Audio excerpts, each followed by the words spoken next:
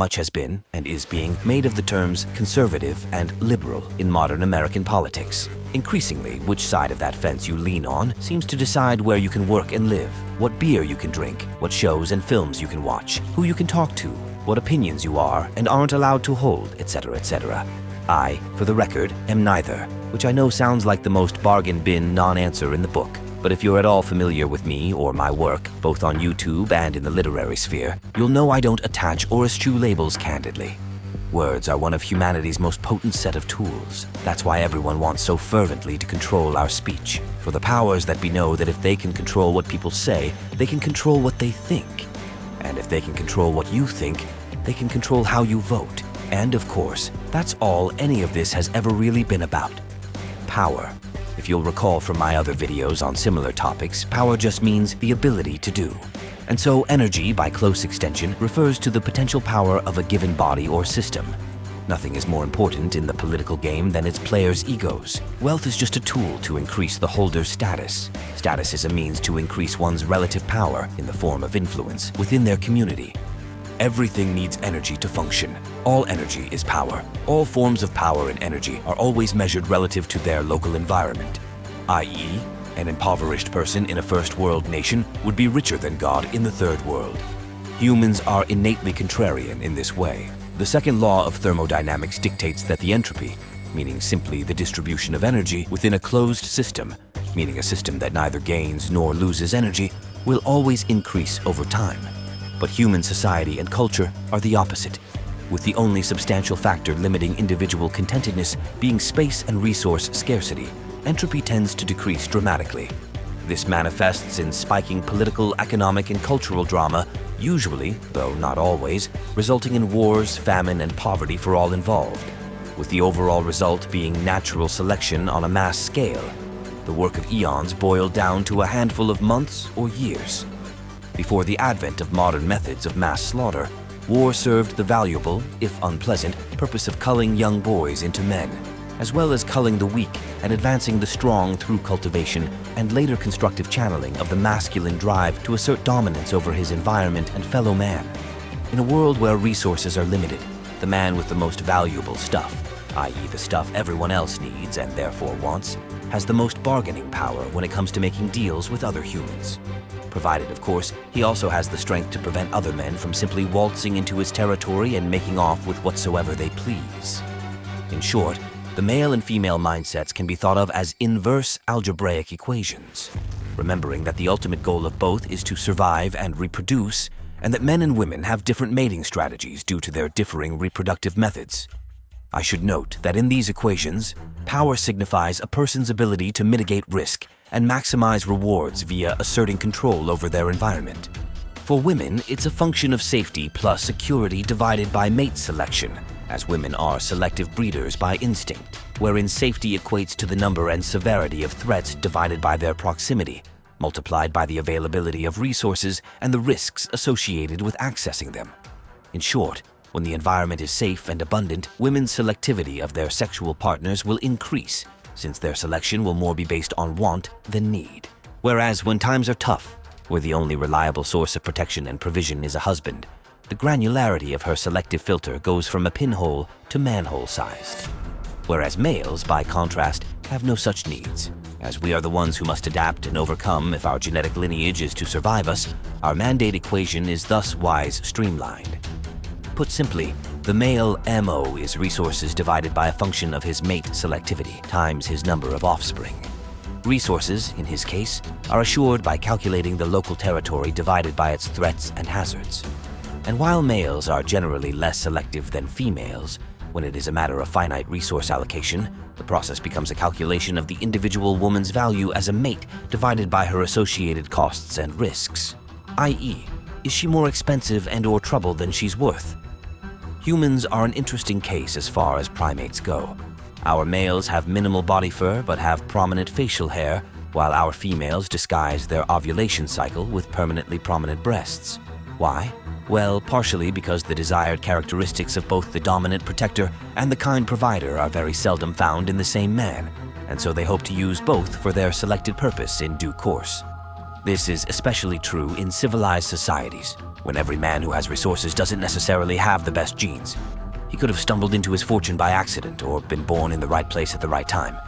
If he was born royal, he would have simply had all his wealth and status gifted to him by right of birth, through no merit of his own.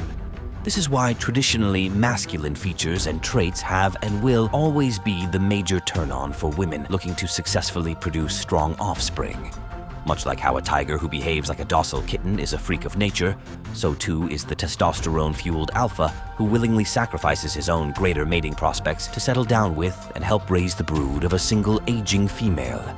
Since a man can reproduce with as many partners as he has sexual access to, what possible motive could he have to deny himself his biological imperative? Therefore, women adapted to this problem by concealing when they are ovulating in order to extort resources for sex from the men whom they could gain resources from when they weren't fertile, and then bed the men they actually wanted to have babies with on the sly when they were.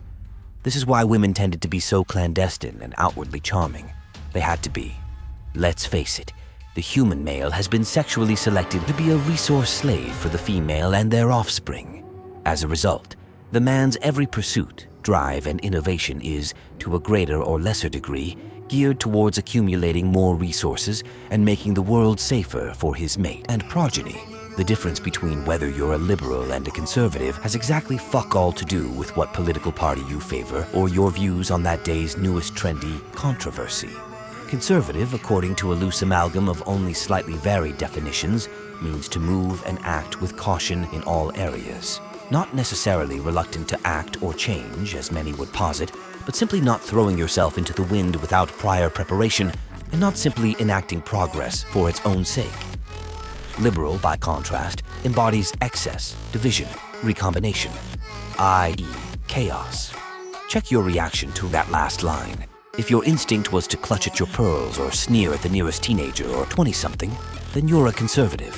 That means you value order, aka peace or stability, probably because you feel you have something to lose. You like the status quo, at least enough to not want to see the boat rocked. The people that don't, likely because they've either been programmed to believe that the current paradigm is either broken or evil, or because they personally either don't benefit from the current paradigm or would stand to benefit more from its overturn, are the real liberals. The people one tends to think of when the term liberal is used are usually young, energetic, idealistic, a consequence of them having little or no real-world experience, and male. Yes, really. My hypothesis as to why stems from the well-known, though currently highly taboo, truth that women are naturally highly risk-adverse. On the whole, women generally tend to follow along with whatever the current dominant narrative says they should, whether they themselves believe it or not, and are generally the last people to so much as think about rocking the boat. Combine this innate risk aversion with the fact that they are primarily emotional rather than rational thinkers, and the true boundaries of the political divide become a lot clearer. Older men are conservative to protect their accumulated assets and interests because their instinct says that's how their reproductive success is assured. Young men are liberal because it's easier to uproot the old guard than to contest them in their own game on their home field. Their aim being to ensure their own reproductive success, or at least improve their chances, by simultaneously reducing their competition and increasing their own resource stockpiles. Young women are conservative exclusively in the sense that they go along with whatever they perceive is the established societal mandate at the time, be that a traditional religious patriarchy or an atheistic communist regime. The highest moral virtue for a woman is to be perceived as socially acceptable. Old women can be either con or lib, depending on their individual temperament and the system, as they don't really stand to gain or lose inherently either way. The deciding factor between whether someone is liberal or conservative is whether or not they benefit from the present status quo. Older people with assets don't want the boat rocking because they'd lose everything they've worked all their lives for.